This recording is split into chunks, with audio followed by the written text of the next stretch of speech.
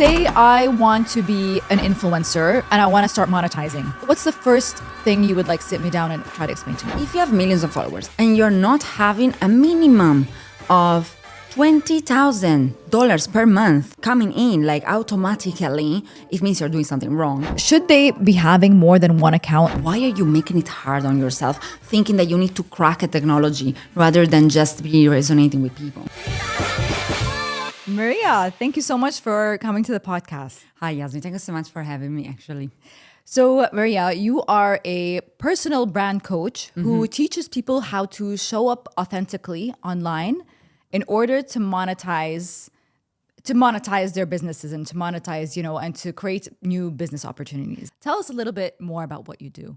Yes. So actually, for me, it was very tricky to choose the name of the coaching I have because it's not complete, okay? Personal brand might not be completely true. Influencer coaches might not be completely true. A business coach is not. So what I do extensively now, I will say the whole name, is a social media personal branding coach. All right. So my whole point is I teach people how to monetize their social media. So how to build a business on social media. Because I have been working as an influencer manager for 5 years, and I have been a content creator myself for 3 years, and I've been working with brands on my TikTok. So I know the in and out of making money on social media, and I know how much power there is in social media to convert, to bring people for awareness as a marketing funnel. So I'm like, and I see so many people with a huge potential and even a huge following that are not making that type of money. And I know that it's because they don't take it as a business. That's what I got from your TikToks. You're very adamant on making sure that people, no matter how many followers you have, that you're actually making money out of it. It's not about the followers, as you say. So can you tell me, what is it about? Like, if I'm getting millions of followers and I'm not making money, then what am I doing wrong? What you're doing wrong in that case is that you are not doing it with intention. Like, what intention are you putting out there when you post content? Because, okay, having a following, an audience is always good because it means that you have some kind of influence, okay? I understand that type of mentality. But then my question is, people that have 50,000 followers make around, and now I'm talking only about influencers, okay? They can make around $10,000, $15,000 per month. Yep. I know people with 2 million followers that don't make that amount per month because it's very different the way that people show up on social media. So my point is, if you have millions of followers and you're not having a minimum of $20,000 per month coming in automatically, just without even you reaching out to brands or reaching out to customers, it means you're doing something wrong. And it's that you are not even sure why you are on social media and how much power you have on social media. Wow. So when I was at 10,000 followers on my TikTok 3 years ago, I was already making $3,000 per month just by brand collaboration. Oh, that's what I was going to ask you. So how are people supposed to be making money? Is it from brand deals or is it from selling services? What is it exactly that they should be making money from? I don't think they should be doing anything. I think it's what you want to do. And this is where authenticity comes in. So when people come to me and they say, oh, Maria, I am trying to decide if I should do this or should do that, I always ask her, what is the should coming from? Why you are saying should? Because I'm thinking what makes more sense in the long run to make money. Okay, if I tell you that to make money, you have to do something that is disgusting for you. Would you do it? No. So why are you thinking about what you should and you're not telling me what you want to do? Okay, so say I want to be an influencer. I'm not really sure what my target audience is, and I don't really know what my niche is either. I want to come to you and I want to start monetizing. What's the first thing you would sit me down and try to explain to me? Why you want to be an influencer? Because I want to start making money. Okay. So why don't we do something else? Why don't we sell carrots on the street? Because I want to show people my daily life, daily vlogs. I want to express myself creatively online. Basically self-expression. Amazing. So your self-expression. Who are you? Tell me. Okay, so I would say like I'm a presenter, producer. I love videos. I love anything creative. And what would you show in this social media? These things? Yeah. So you know what your target audience is. Okay. So you know what you're gonna show. So you know what your niche is. Yeah. So my point is that people are always asking things reverse when it comes to social media. What do you mean? They always not even asking. Their goal are always reversed. So it's first I want to grow. Yep. And then I will figure out what to do. Yeah. Yeah, but then what are you growing? Well, what are you actually growing? Yeah, exactly. Yes, What are you for showing to what? grow? For what? A lot of people, they come to me and they say, no, because the legend that is out there, Yeah. the misbelief that is out there is that people think in the moment I have an audience, money will come to me somehow. This Yes. creates opportunities. Okay, I agree with you. There might be opportunities, but if your intention is not clear, these opportunities will run out at a certain point. Because yes, audience cause opportunities. So you might even have 2-3 good deals. Yeah. Then how do you make it sustainable for the long run? Right. So yeah. When you're teaching people online, like when I see your TikToks, you always talk about like authenticity. Like I feel like that word is a little bit thrown around, and I feel like sometimes I'm not really sure what it means. Like, what does it actually mean? Does it mean just being yourself all the time? Yes. Because is that good? Because I feel like sometimes it's like, okay, you're showing people yourself, but is that interesting? Is that or do you have to do like fast cuts, and are you like what is it? What does it mean to be authentic online? So to be authentic online means that you have to be online for the good reasons. Because, okay, the reason why I see so much potential in social media and I like it so much is that it's the only job field, let's say, in which you can actually make money showing up authentically.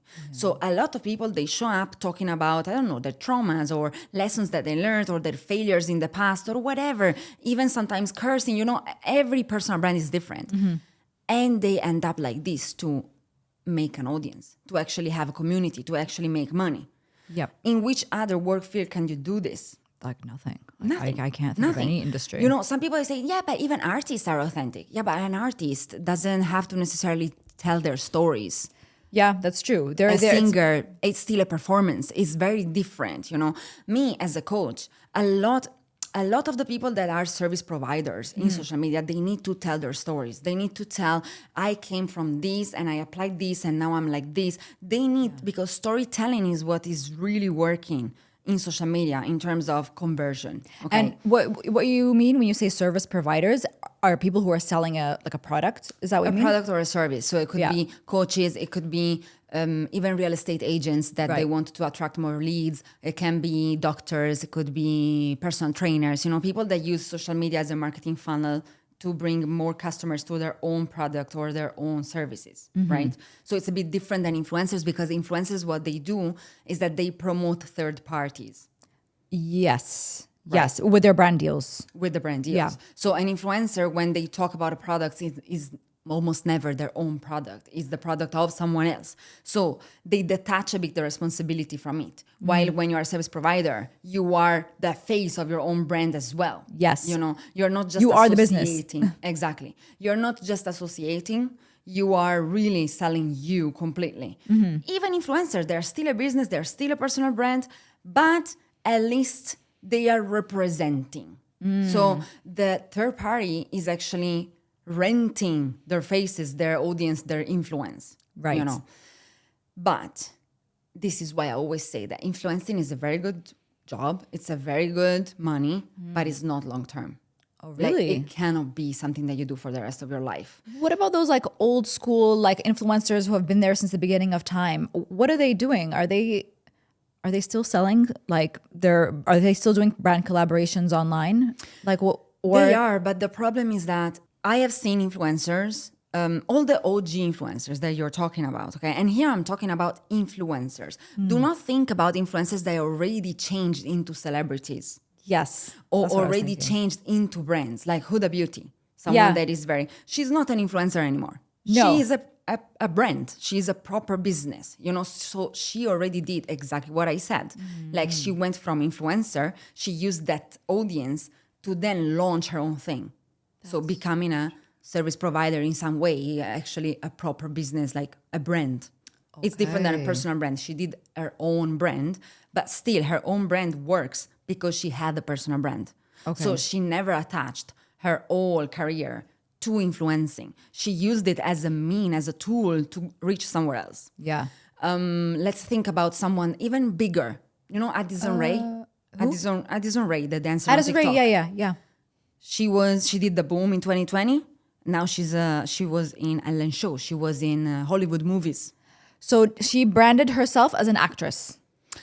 She didn't, but okay, it happened eventually because her audience was so big that people wanted her. Yeah, that's true. I don't think she relies on brand collaborations. Should people know where they want to go once they start being influencers, or should they let like the content kind of guide them and take them, or like? Of course, no. It's like if you open a business, should you know what your business is about, or you wait for, I don't know, an illumination, an enlightenment from the sky? No, I mean after the brand deal. So say you know your niche. Now you're like talking, you're creating content, you're getting the followers. People are following you. Have 1 million followers now, and you're doing all the brand deals. You're gaining a little bit of, you're monetizing, which is great. And then how do you know like what's next? Like, are you supposed to But you figure don't it have out? to necessarily wait until you have 1 million followers. It's a thing that starts from the beginning. Like building a personal brand, whether you're a service provider or an influencer, it needs to be from the beginning.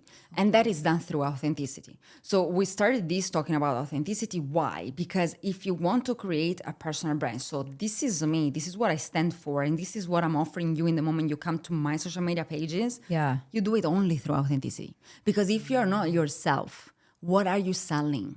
Right. Like, if you are not the first one that thinks that by me being myself, I can make this money, I can make this business, I can offer these things. Yeah. Who are you going to convince?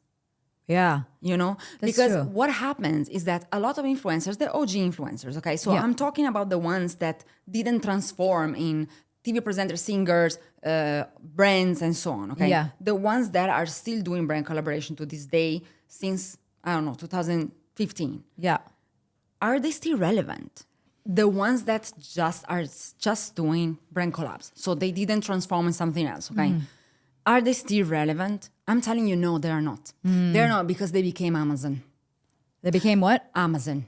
Okay. So they did so many brands collaboration that in this moment, their followers, they know they are just doing it for the money.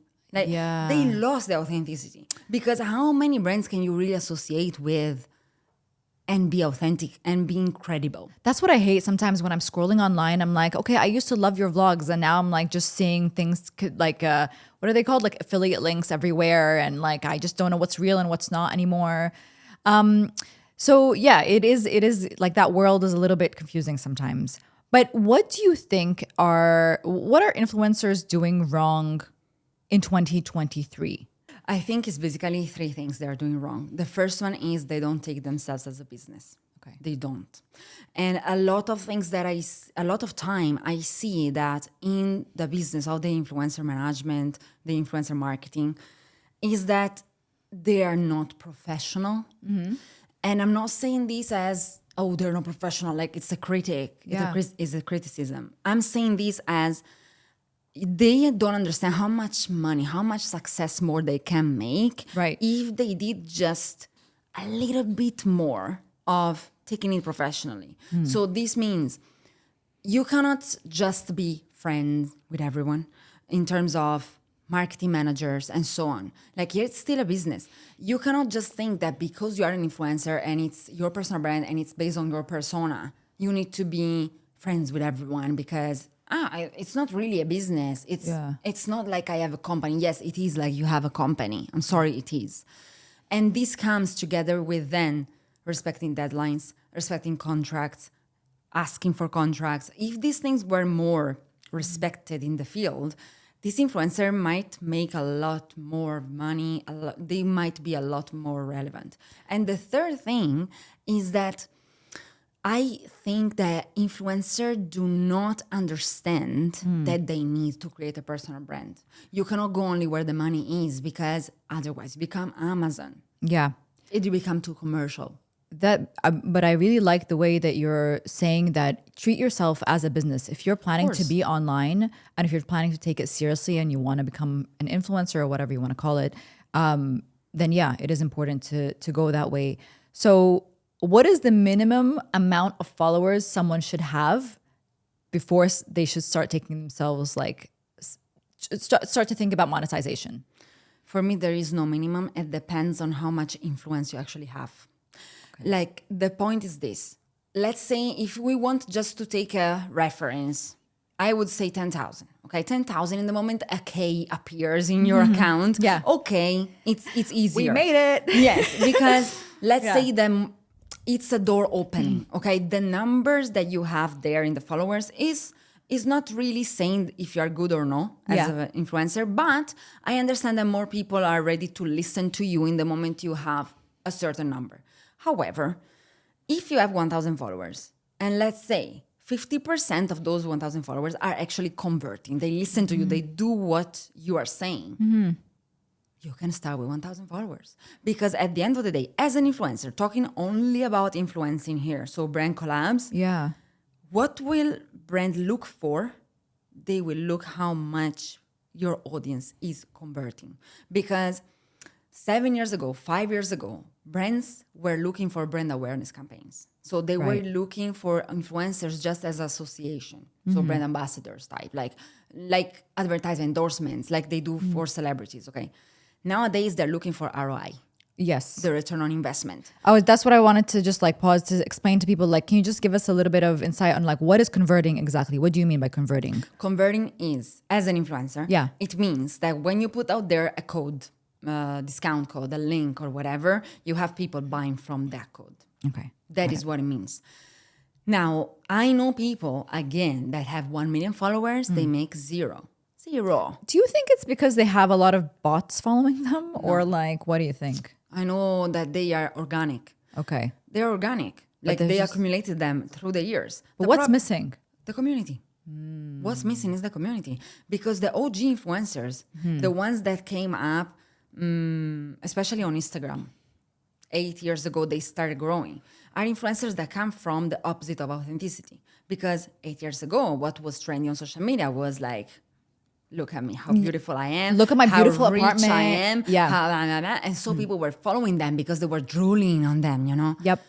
Nowadays, no one cares about this anymore. Like, to be honest with you, when I see something like that, I'm already like, It's off-putting actually because it's not very relatable at all.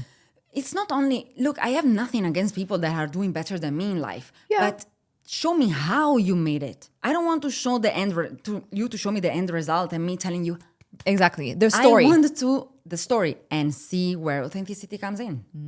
Yeah. Show me the how you story. got here. Yeah. Show me who you are.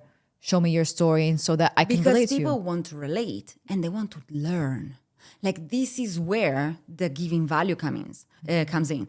And this is the problem. OG influencers, they don't give value because they don't even know what it means, because they started getting followers back in the days just for posting their amazing lives. So now when it's about, okay, but what's in it for a follower? Yep. What's in it for them? Why would I follow you?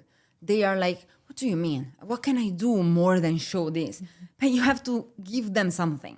So once people, how do you gain a community? What is a community? Like, are they the people who are answering your comments? Like, are they the people who are like, you know, in your DMs? Are they the people who are commenting on your pictures? Who are they exactly? Yes, they are the people that add a value to your social media. So this means I'm not talking about the people that are just commenting something like, wow, amazing, or wow, you're so beautiful. Okay, thank you. Those are fans, you know. But the people that tell you their opinion, they ask something that is very specific to that specific content. So you understand that these people are listening to what you're saying, whether it's a picture or a video. I'm not talking about it needs to be only you talking to the camera all the time, or come to your DMs to actually ask you something. Even it can be even where did you buy that T-shirt? It doesn't matter. But there is where you build a community. However, people don't know how to build communities because what they reply to those comments or the DM usually is like, Zara, Yeah. So it's just like, bye. I don't want to really talk to you because I don't know you. No, I always say what you have to do is actually start a conversation with this person. Like people don't understand that social media is called social for a reason. But what would I say to a stranger who's DMing me, asking me like, where did you get that top from? Like, what would I say? Okay, now Or whatever it is. Okay, let's not put the t-shirt thing. Let's give another example. Like, where's that restaurant? Like, say you're a food influencer. Where'd you go out? Like, what's the name of that restaurant? And you just give them the name. Is there like another thing I should be answering to make them a little bit more, happy that they DM'd me? it's not about happy, it's about the connection. You need to connect with these people because otherwise you don't build community.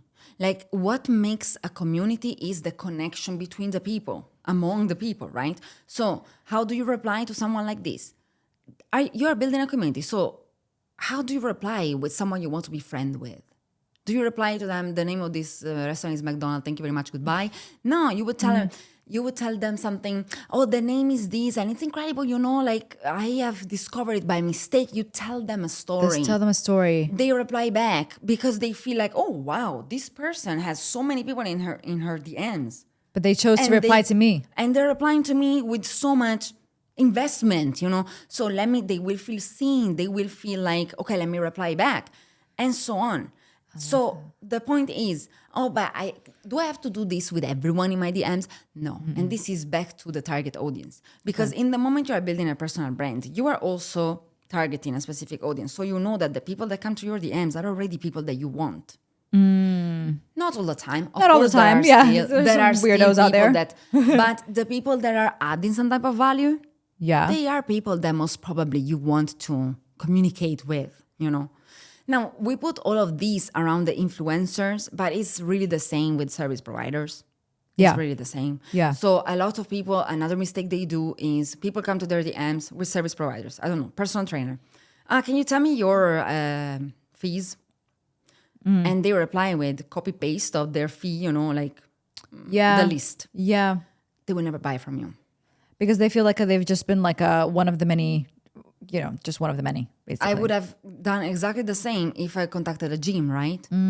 Why are you sending me your price list? If I am contacting you, it means that I saw your content, that I connected with you in some way.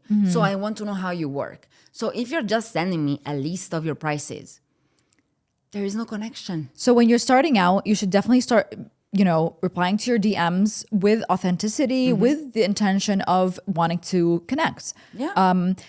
What about later? What happens when you start getting so many DMs and so many messages that you can't really keep up? Should people invest in a community manager?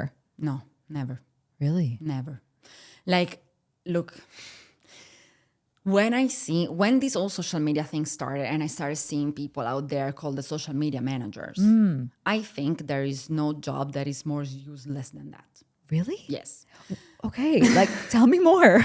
Okay, so the social media manager makes sense for brands, like a restaurant, a Louis Vuitton, I don't know, a brand, a clothes brand that they need to be on social media because it's 2023 and now they need to be they don't want to do it themselves. Listen, put some stuff out there, okay? Yep. I understand that. So they don't base their whole business around social media.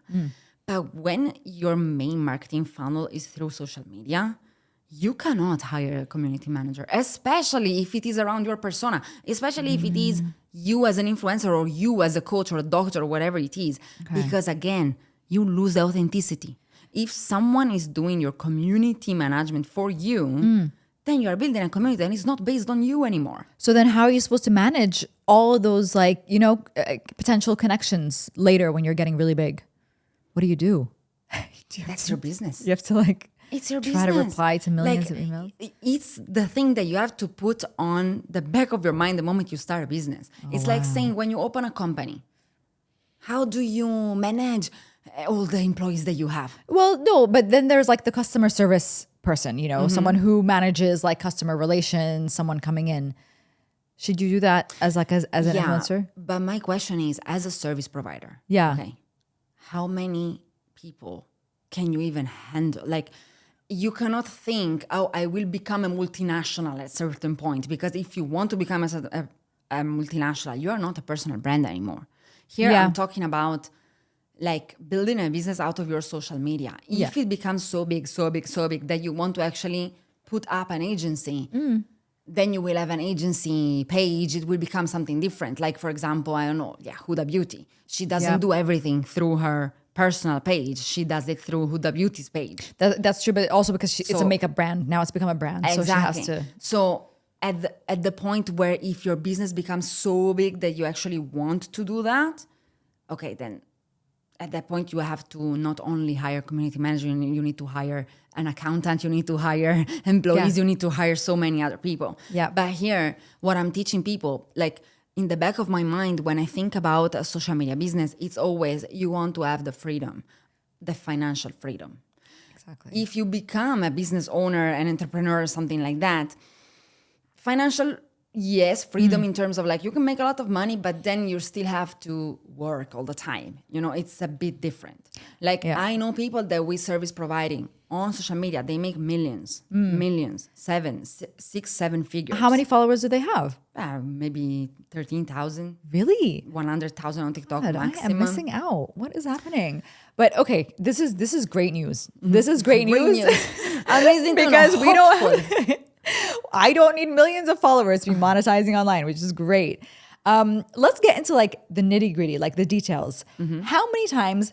This is like the age-old debate online. Like, how many times should people be posting online as an influencer? For me, Yeah. it doesn't matter. Okay, it doesn't matter as long as you are consistent at least once a day. Okay. But I'm not saying if you are in 3 platforms, you shouldn't be posting once a day in all 3. For me, it's once a day, post every single day, at least one piece of content at least in one of the platforms you're on. Okay. Because business is open every day. This means what? Okay. Because everyone here becomes very like, oh my God, but you will burn out. Oh my God. This is, The panic. We're going to talk about that afterwards. Yeah. No, it can be even a poll on stories. As long as you are present. Why? Because that is how you are making the money. If sometimes you're not present, like how do you know when your content reaches the buyer? The one that would buy from you, because that day you didn't post, it didn't reach. Exactly. But then what if I posted on the wrong platform? What if they like didn't quite catch it?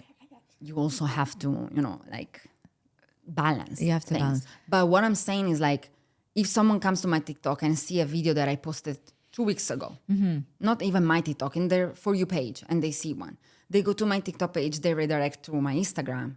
Okay, today I didn't post any, but there is a story there. While if they come to your Instagram, they don't see any story, they don't see anything, they might think, Not interested. you know what I mean? Well, if lost you. they see that there is an ongoing, something is always happening somehow. Yeah. Or maybe I have a Facebook group. So they come to my Facebook, they ask, I accept them. And they see in the Facebook group, I just posted something. Like it needs to be an ongoing thing because people needs to feel a bit like, okay, this is a business serious. Yeah, This it's person it's is ongoing. serious. Someone's It's there. ongoing. Someone is there. Okay, awesome. So what about like, for example, I'm now, starting this podcast or someone is starting their like own YouTube channel or whatever. Should they be having more than one account to represent like the different projects that they do? Never. Really? I think that people that want to do different accounts, like, listen, it's really difficult doing it one. Why you want to do it 100%. so many different ones? And most of all, why you want to compartmentalize is something that I don't understand.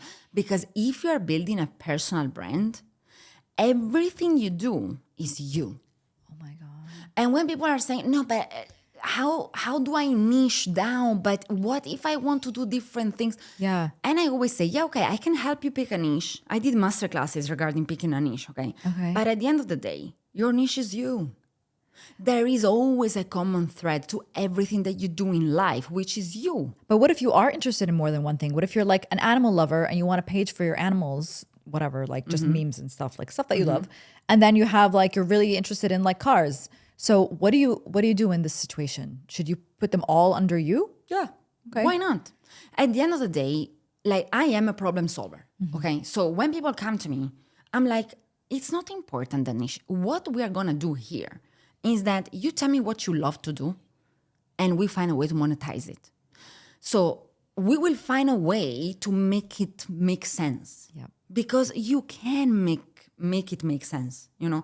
Of course, you cannot be suddenly, okay, let's do a service provider about personal training. Yeah. And we only talk about gym. And then one day you come to me and say, I want to start doing tarot reading. Yeah, exactly. Okay, calm. We need to do a kind of rebranding Let's at reassess. that point. Yes. But if you know that you're interested in many things, why not? At the end of the day, the common thread is you. Yeah. Most probably the reason why you are interested in those things is the same. Okay. You So know? there is a common thread and you need to figure what that is Yes. and then make it present part of your branding values. Okay. Amazing. What about the quality of videos? Mm-hmm. What about, vlogging, like just taking random videos, not really high quality, stitching them together, making them into a reel versus a nicely lit, very well set up video? Which do you think works better online? Okay. Resolution needs to be there. Okay. Because when I see those people in which the megapixel are even like, and they look. It's like here, the Yes. It's like, okay, you give me a bit less of professional vibes in general. And especially if you're an influencer, brands are not looking for that type of content. You still need to keep in mind, yes, okay, authenticity. Yes, okay, don't stage things. But let's show them that at least you understand the basics of production, you know? Yeah. And you can do it with your phone. However, so resolution needs to be there. But do I believe that you need to have a professionally edited video every time with I don't know what? No. No. Okay. So you show As up. long as you have a good lighting and good resolution, you have an iPhone, you can do everything. Okay. iPhone, tripod, go. All right. And what about platforms? Let's talk about like when you're first starting out. Does it depend on what you want to do, or does it just depend on like, I don't know what, like I know that TikTok, for example, gets way more views than like Instagram now because Instagram is like very saturated. Is that true? So I think that TikTok in general is more organic. Okay. However, one of my clients, she started her Instagram on 9th of March, 2023. Okay. 9th of March with 42 followers. Okay. She posted every day. You know how many followers she has now on Instagram? That is, 3 months? She has almost 6,000 followers. All organic? All organic. She Good went job, girl. viral, let's say, on Reels Yeah. with 100,000 views so many times. Were her reels like very, very well done? Or was it more like about the consistency? She took every single video with her phone. It's a traveling. What was her niche. secret? What was her secret? Her secret was that she gave value.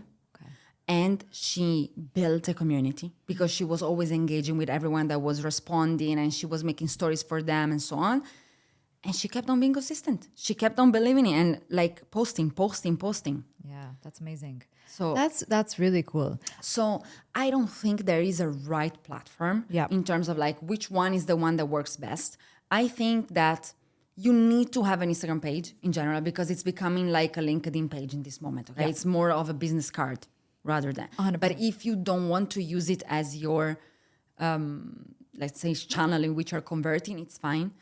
I think TikTok is very good as a funnel. Okay, I think it's very good. However, I also think that every platform is different, satisfies different needs. And there are people that just don't like TikTok. It's not their platform. Yeah, a lot of people hate it So- because it's so distracting, especially Exactly. like millennials. I don't like YouTube. Like, I have a YouTube really? channel and I post podcasts there, but I do not use YouTube to consume content in general because it's too long. Like I am not someone that wants, especially tutorials. Yeah. 1 hour tutorial. I cannot. I already get distracted after I'm the 5 opposite. minutes. I love YouTube. Exactly. You see, Yeah. you see what I mean? Yep. So if you love YouTube, you need to be on YouTube because it means that you will be able to talk with people that love YouTube as well. Yeah. I love TikTok because for me, things need to be fast. I am a fast speed person. Yep. You know, I need people to give me a problem, give me a solution, quick, you know? Yeah. So it really depends on you. There are people that are doing their business on Twitter. Twitter, I think I tried to start Twitter like 7 times in my life. Me too. And I'm like, I cannot do this. It's hard. You know, I don't can't. understand it. I feel like you have to be a very like opinionated person, but then who can like just, it's like 140 characters and like it's just very specific for a specific kind of person, I think. But I still help people on Twitter because I understand how it works. But it's just not for me. Like, Right. It doesn't resonate with what I want to do and who I am. Okay. So In order for someone to choose, basically kind of go inside a little bit, see what you like, what do you want to appear on, like what do you watch and what do you spend the most time on, yeah. and then choose from there. Yes, and never choose more than 2, maximum 3. Because I know some people, they start being everywhere because they're like, it's the same. It's the same thing of I want to get as many followers. Like That's they what I try thought. everything. Let's see what pops up. Yeah. Let's see what blows up, and then I will start. No, why? Yeah, that's what I thought. The problem is that when people go on social media, for some reason, I don't know exactly where was the glitch in all this, but at a certain point, social media became something that people have no willpower on. As in like they don't know how to use it, or they, No, it's like if you want to be on social media, yeah. these are the rules. You are selling your soul to the devil, so this is what you need to do. Otherwise, no, you will never be successful. So people are like, okay, It got such a bad rap at some point. yes. And because I don't know, maybe because people were spending so much time on it, you know, unintentionally, not knowing where they're going with it, and it took a lot of their time. Maybe that's why they thought that it's like, you know, you're selling your soul to the devil and all that kind of stuff. I think that it's because people don't understand it. They don't. And they listen too much to what other people are saying. Yeah. Like, as everything, it degenerated. Okay, at the beginning, the social media gurus, the ones that are telling you, you should post 3 times per day and do this and put these hashtags and this SEO. Someone that understands social media, okay, I listen to this video and I'm like, okay, I understand why he's saying this. But I understand social media. I work on social media for 5 years. So I saw all the in and outs of these things. So I understand what he says. But someone that is new and doesn't have a general knowledge of social media and sees this video, he thinks, these are the things that I need to do Yeah. if I want to get followers. Yeah. No. But you know what? Also, it changes. I feel like it changed. Like every year, there's like a new thing, like a new way to post, a new like thing. So how are we supposed to keep up? Who are we supposed to believe? There's so much like information out there. The problem is exactly this. People have misbeliefs about social media. Like they think it's like a machine and you need to learn how to deal with it. Yeah. You know, it's like when they update something on the phone, on the iPhones, do you stop calling as you would call? No. You just learn, okay, This is the update. yeah, We but know I what's keep happening. on doing what I want to do in my phone, right? Yeah. So I just need to understand, okay, what is new? But then I do. No, it's like people become slaves of social media, Yeah. thinking, oh, I need to do this because if I don't do this, I will never get followers. Social media is done by people. And this is why it's called social, because there are people on it. So yes, do you think that if you put an amazing piece of content that is mind-blowing in the way that attract people attention, the algorithm will come because it's a robot that is there to make us suffer? Okay? I don't know what the algorithm is. Like I always imagine it's some like little dude just waiting and like just controlling everything in the back of the. Yeah, because this is what people Yeah, think. behind the scenes. First of all, there are a lot of algorithms. Yeah. Okay, first of all, it's not one, but let's call it the algorithm. Okay. People think it's like an evil thing that is there and leprechaun. goes to your video and say no and doesn't show it to anyone because he has a piece on you, you know? Yeah. No, algorithm facilitates something based on data grabbing from how people behave in your content. Okay. So let's say you put a nice video out there. Okay. My last video that went viral 1 month ago got 2.2 million views at the moment. Okay. It's a video that I edited on 300 programs before actually putting it on TikTok. And if you listen to Social Media Guru, they tell you, use the built-in camera.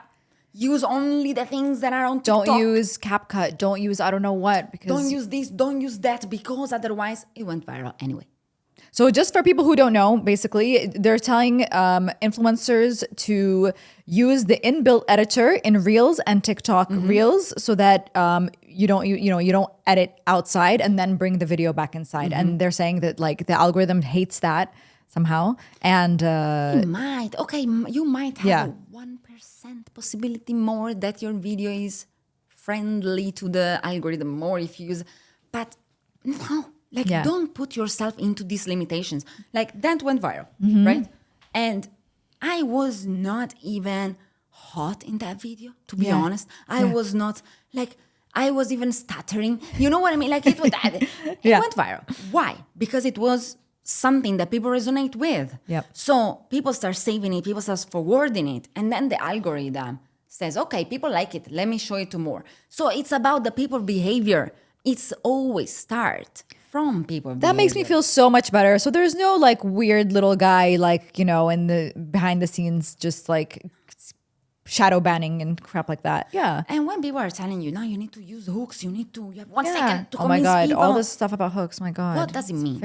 What does it mean? It basically just means like, you know, grab audience's attention at the first but 3 why? seconds, right? Because people are scrolling. So what is that? What is that? Is that the app? No, it's how people behave in the app. It's just how people behave. So it's always people. It's about the people. Genius.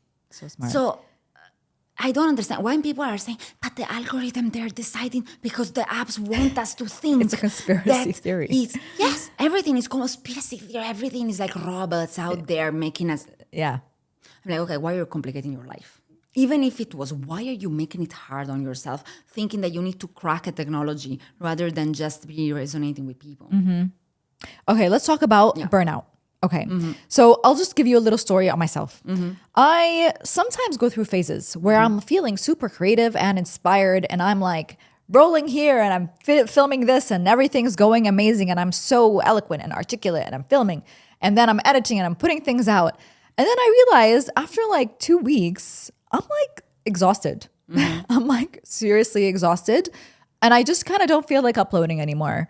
And I'm like wondering, because people are always talking about burnout. Is that burnout, or is burnout like I know what burnout is technically, but like in terms of influencing and content creation, is it real? Like what is it exactly? So the point is that, let me understand. You mean that after 2 weeks of being super creative and like creating, you don't feel like posting the content you created? No. After I'm done posting, I'm done. Like I'm posting, and then I'm like, oh, now I still have to create. Like I still have to do so much more. Like this is a marathon, I realized. Like this is not a sprint, and it's quite tiring.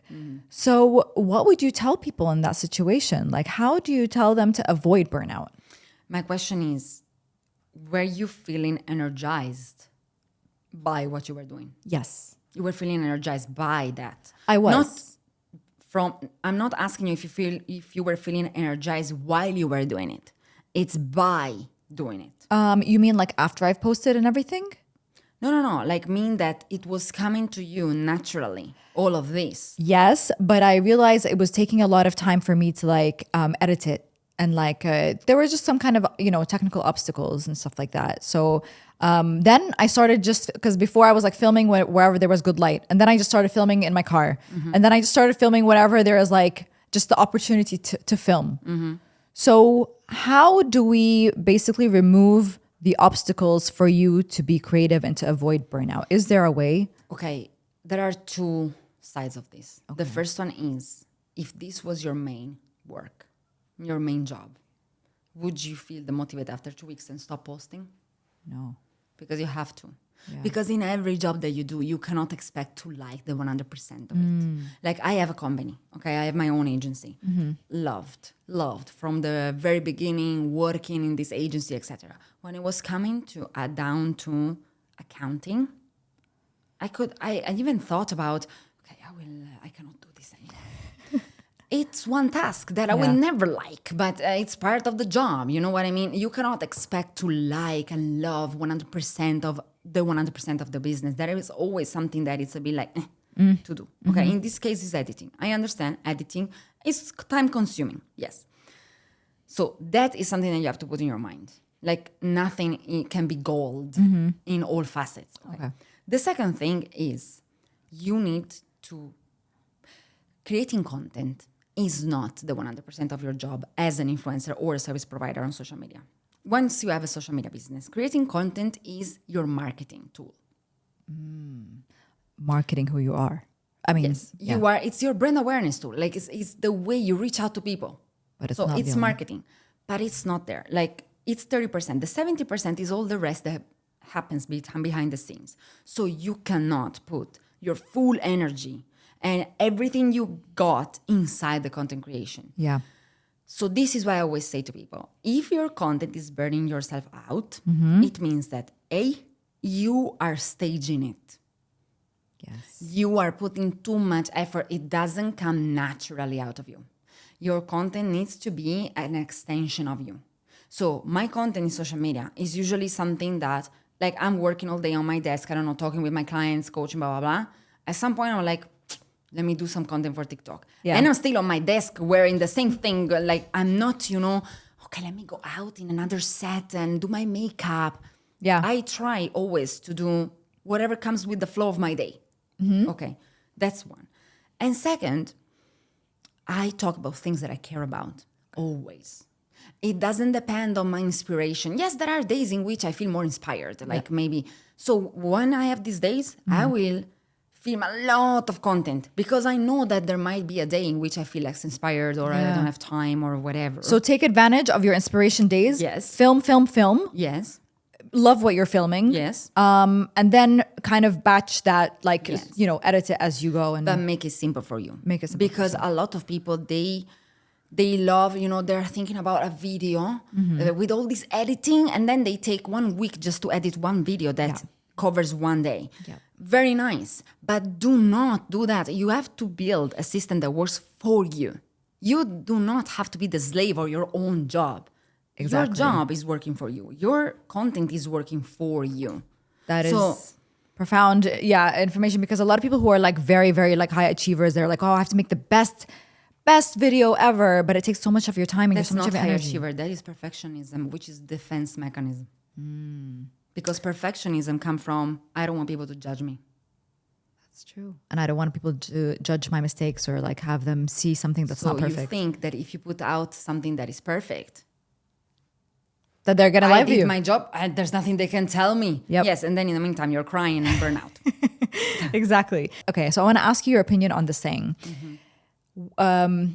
Do something you love and you'll never have to Work work one day. a day in your life. What do you think about that statement? I think that work is work. Okay. And I think that when you love what you do, you still have the responsibility that comes with it. So, yes, you're still working. But if you do what you love, you come from an energy of expansion and from an energy of learning more and more. So work is still work, it's still responsibility. You still need to show up and do that type of effort. So I will never say to anyone, if you do what you love, you will feel like you're not working. You will feel like everything is easy. No, it's still work. Or do what you love and the money will come. That's always like also something. That's yes. That's yes. Yeah. Yes. Okay, perfect. Do what you love and the money will come. Because why? Why? Because you come from an energy of expansion. Because you don't come from an energy of lack, of frustration, of all these things. But if you do what you love, you are the law of attraction works for you. I love Much that. Easier. I love that. Look, this really makes me feel better about like, just putting my content out there, and anyone who wants to put their content out there, and anyone who wants to start thinking about monetizing and not being afraid of that word, because it always, gets a bad reputation of like, I'm going to be online to make money. Like, it's okay. That's what you're supposed to be doing. Don't you want to live a, free life where you can, And this is exactly why I'm a coach, because I know that people feel better after. Because I know how many, how can I say, misbelief, prejudice is there about social media. And it's really not. So where can people find you, Maria? Like if someone wants to, take your coach, like be coached by you, where can they find you? Well, they can find me on TikTok or on Instagram. Usually they would just send me a DM on Instagram and I can send all the information. I have the same handle for both, which is Maria X Cisco. Okay. And they can find me there. Amazing. This was such an insightful conversation. Honestly, I feel like we can talk for another hour, because I feel like there's so much more to unpack, but I hope this helps someone, and I'm sure it will. And thank you so much. Well, thank you for having me here. And we can do a part 2 whenever you want. Yeah. So it's fine. 100%. Yeah. Okay, perfect. Thanks, guys. Guys, if you like this episode, then do make sure to like and subscribe. It does really help this channel. And if you just want to say hey, say hello in the comments below. All right. See you on the next one.